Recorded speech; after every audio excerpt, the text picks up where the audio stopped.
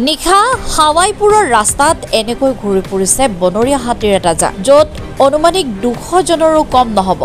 এয়া অঞ্চলটোত প্ৰথম নহয়, আগতেও বহুবাৰ এই অঞ্চলত বনৰীয়া হাতীৰ জাকে আহি খেতিপথাৰ নষ্ট কৰেহি। এইবাৰো তাৰ ব্যতিক্ৰম নহয়। নিশা হ'লেই এনেকৈ ওলাই আহে ঘন জংঘলৰ পৰা এই প্ৰকাণ্ড বনৰীয়া হাতীৰ জাকটো।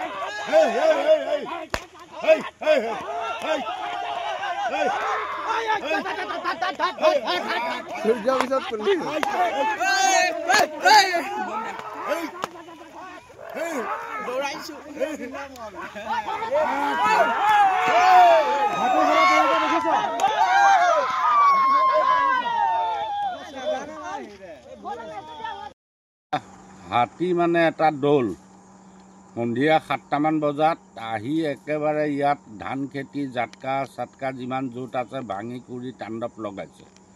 আৰু ফৰেষ্ট ডিপাৰ্টমেণ্টৰ ফালৰ পৰা কোনো সঁহাৰি নাই। আৰু কিমানমান হাতী আছে? হাতী 200মান আছে। ক'ত ঘূৰি ফুৰে হাতীবিলাক? আহি এই নদীৰ কাণে কাণে আহে, আহি পেলাই এনেকৈ ৰেল লাইন নদী পাৰ হৈ মুচুকা যায় আৰু এয়া বৰহলি যায়। এনেকৈ ৰাইজক মানে একে বিৰাট অশান্তি কৰি আছে আজি 2-3 দিনৰ পৰা। ফৰেষ্ট বিভাগৰ ফালৰ পৰা কিবা সহায় পাইছেনে নাই? ফৰেষ্টাৰ বিভাগৰ ফালৰ পৰা ফোন কৰিছিলোঁ, ৰেল লাইনত দি আহিছে বুলি কৈছে, কিন্তু মই দেখা কৰা নাই।